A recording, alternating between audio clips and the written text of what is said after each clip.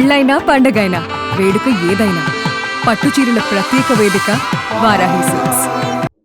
ఈరోజు రాయలసీమ ఎత్తిపోతల పథకం గురించి కానీ గుండ్రేవుల గురించి కానీ సతీష్ రెడ్డి గారు అలాగే రాంభూపాల్ రెడ్డి గారు వివరంగా చెప్పడం జరిగింది.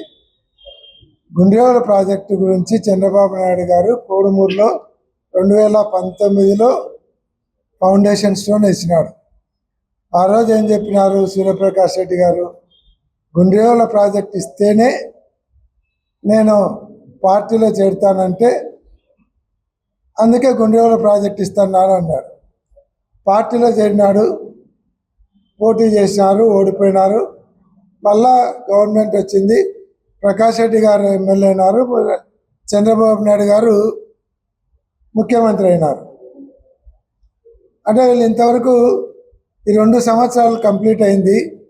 ఏషియా ఫౌండేషన్ స్టోన్ గురించి ప్రకాష్ రెడ్డి గారు మాట్లాడడం లేదు, ఇక్కడ చంద్రబాబు నాయుడు గారు మాట్లాడడం లేదు. అంటే వీళ్ళ మాటలన్నీ రాత్ గయా బాత్ గయా అన్నట్టుంటుందా? ఇచ్చిన మాట ఆ రోజు సత్రంలో భిక్షగాళ్ళు కదా మాట్లాడుకొని పోయినట్టు ఉంటుందా? ఈరోజు ఏదన్నంటే తెలంగాణ వాళ్ళు ఒప్పుకోలేదు అని చెప్తారు. మీరు తెలంగాణ ముఖ్యమంత్రి అడిగితే రాయలసీమ ప్రయోజనాలను తాకట్టు పెట్టి మీ శిష్యునికి అంత మేలు చేసినారు. మీరు గుండ్రేవుల ప్రాజెక్టు గురించి అడగండి. శిష్యుని కోసం అంత త్యాగం చేసినప్పుడు రాయలసీమ ప్రజల అభివృద్ధిని త్యాగంగా ఏదో మీ ప్రాపర్టీ అయినట్టు రాయలసీమను తాకట్టు పెట్టినారు. మరి ఇదే రాయలసీమ కోసం గుండ్రేవుల ప్రాజెక్టు అడగలేరా? నోర్లు పడిపోయినాయా? మీకు కావాల్సింది రాజకీయ ప్రయోజనాలు తప్ప రాయలసీమ ప్రాంతం ఏమైపోతుందా మీకు ఆలోచనే లేదనేది దీన్ని బట్టి అర్థమవుతుంది. జగన్మోహన్ రెడ్డి గారు ఈరోజు చెప్పినారు 29లో వస్తే గుండ్రేవుల ప్రాజెక్టు టేకప్ చేస్తాడని. చేస్తాడు. మరి మీరు ఆ రోజు చెప్పినారు, ఈరోజు ఎందుకు చేయలేకున్నారు? మీకు చేయాలని లేదా చేత కాకుండా ఏదో ఒకటి చెప్పాలి కదా. ఎన్ని రోజులు మభ్య పెడతారు? ఏమన్నంటే మేము ఇది రాయలసీమ ఎత్తిపోతారంటే లడ్డు అంటారు, తిరుపతి లడ్డు కల్తీ అంటారు. మేము రాయలసీమ ప్రాజెక్టులు అడిగితే శ్రీశైలం లడ్డులో బాత్రూంలో కడిగే కెమికల్ కలిసిందంటారు. ఇదే రాజకీయం చేసేది. ప్రతిదీ డైవర్షన్ అయినా, ఏ సమస్య వచ్చినా దానికి డైవర్షన్. ఈరోజు హెరిటేజ్ కంపెనీకి ఇందా కంపెనీకి లింక్ ఏంటంటే మీరు బూట్లు వేసుకొని ఫోటో పట్టుకున్నారంటారు. అయ్యా అది వెంకటేశ్వర స్వామి ప్లే కార్డు. కామన్ సెన్స్ లేకుండా మాట్లాడుతున్నారు తెలుగుదేశం. చంద్రబాబు నాయుడు గారు గృహప్రవేశానికి పోయేటప్పుడు వెంకటేశ్వర స్వామికి దండేసి ఫోటో పట్టుకొని గృహప్రవేశానికి, ఈ పేదలు కట్టిన గృహప్రవేశానికి, అవి కూడా జగనన్న కట్టినట్టువే, ఆ గృహప్రవేశానికి వెంకటేశ్వర స్వామి ఫోటో పట్టుకొని వెంకటేశ్వర స్వామికి దండేసి బూట్లు వేసుకొని గృహప్రవేశం మీద మీరు హిందూయిజం గురించి మాట్లాడతారా? ఏడ హోమాలు చేసినా బూట్లు వేసుకొనే చేస్తారు.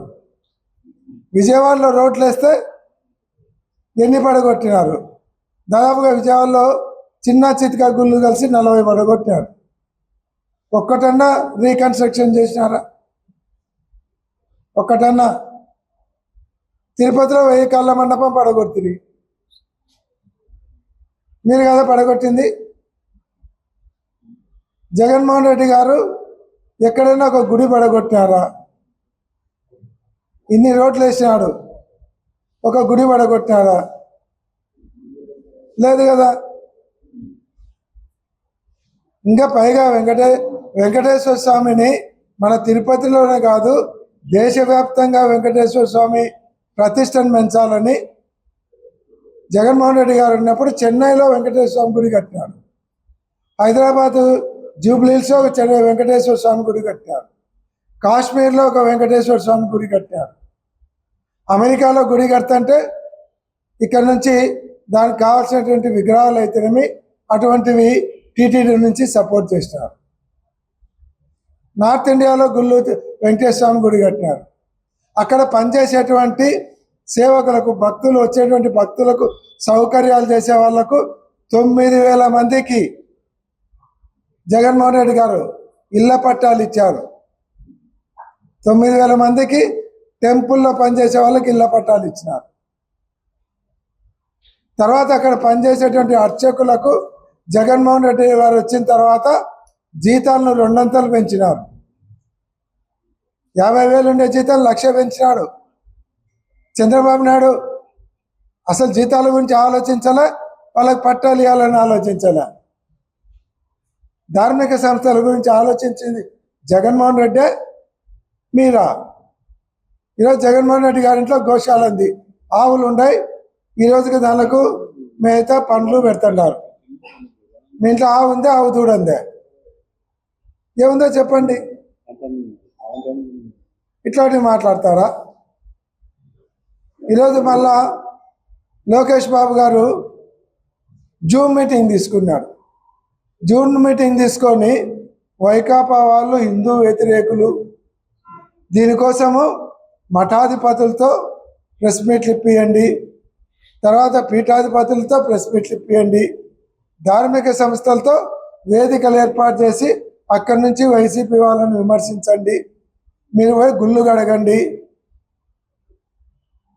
నేనేం ఎవరో చెప్పినది కాదు, వాళ్ళ అఫీషియల్ పత్రిక, ఎల్లో పత్రిక ఈనాడులో వచ్చింది.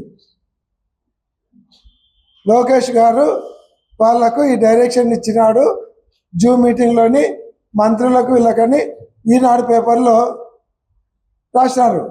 మేమేం కల్పించి చెప్పడంలే. అంటే వైసీపీ పార్టీ హిందూ వ్యతిరేక పార్టీ అని మీరు కొంతమంది స్వాములను తయారు చేసి వాళ్ళతో ప్రెస్ మీట్లు పెట్టిస్తారా? వేదికలు మీరే తయారు చేసి వేదిక దావలపోయే వాళ్ళందరినీ ఎక్కించి ఇవన్నీ ధార్మిక సంస్థలన్నీ విమర్శలు చేయాలనే? ఏమి మీరు అంటే రాజకీయాలను ఇంత దిగజారి హిందుత్వాన్ని, దైవత్వాన్ని ఇంత దిగజారుస్తారా రాజకీయాల కోసం? జగన్మోహన్ రెడ్డి గారి ప్రతిష్టకు, జగన్మోహన్ రెడ్డి గారు రాజకీయంగా ఎదుగుదలకు తట్టుకోలేక భయం పుట్టుకొని ఆ భయంలో ఏం చేస్తున్నారో అర్థం కాకుండా చేస్తున్నారు. ఇప్పటికే మీకు వెంకటేశ్వర స్వామి మొట్టికాయలు కాదు, నెత్తిన రోకల పండుగతో కొట్టాడు మీరు చేసినటువంటి అప్రతిష్ట పాలు. మీ పాపం ఆడోళ్ళు, ఆమె భువనేశ్వరి గారు, బ్రాహ్మణ్ గారు కష్టపడి 2 మహిళలు ఒక మంచి వ్యాపార సంస్థను అభివృద్ధి చేస్తే ఈయన రాజకీయ స్వార్థం కోసం వాళ్ళ నెయ్యిలో కెమికల్స్ కలిపినారు, తర్వాత లడ్డూలో కొవ్వు కలిపినారని చెప్పి మాట్లాడి ఈరోజు హెరిటేజ్ సంస్థ ఉన్నటువంటి చరిత్ర అంతా బయటకు వచ్చేసరికి మీ ప్రాపర్టీ వాల్యూ 2,770 కోట్ల రూపాయలు ఆవిరైపోయింది.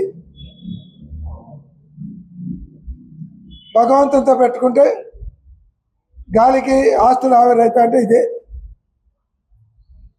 రూపాయి కాదు, 2,000 రూపాయలు కాదు, 2,777 కోట్లు మీ ఆస్తి. వెంకటేశ్వర స్వామి అనుకుంటే గంట కావిడి చేసినాడు.